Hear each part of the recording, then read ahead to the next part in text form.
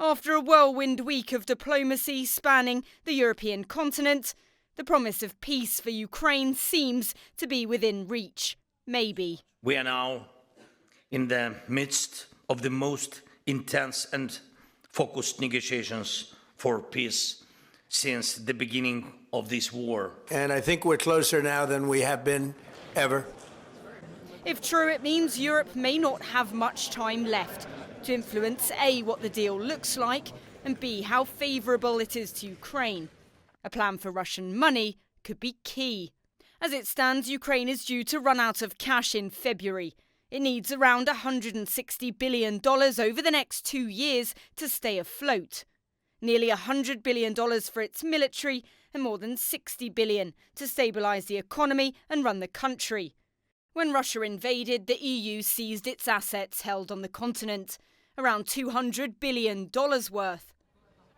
It wants to use that as a loan to Kiev, which it would only pay back if Russia pays reparations after the war. Many European leaders believe getting the go-ahead at the summit in Brussels would not only provide Ukraine with more leverage in peace talks, it would send a clear message of accountability to Moscow, could help pay war damages under a new claims commission announced in The Hague, provide protection against future Russian aggression, and dispel any claims that Europe is all talk and no action.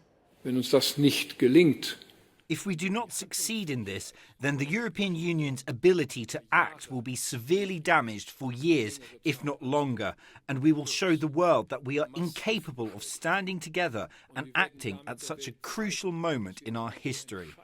The problem is Belgium, where the bulk of the money is held, is still saying no, along with around 5 other countries.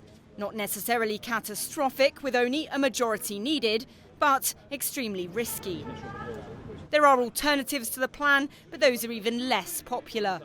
Then there's Russia, which says the move is illegal and has already started taking legal action. EU bosses say they won't leave the meeting until it's done. We will not leave the meeting before we get the result, before we get the decision on the funding for Ukraine. Without EU support, Ukraine says it will struggle to stand strong, and the future of both could be at stake. Victoria Innes, TRT World, Brussels.